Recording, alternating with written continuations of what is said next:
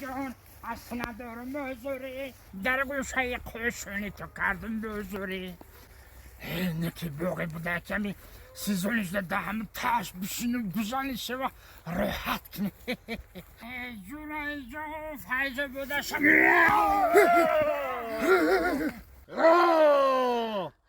هر بیشه گمان مبر که خالی است شاید که پلنگ خفته باشد شومه کوی تیراتور مادا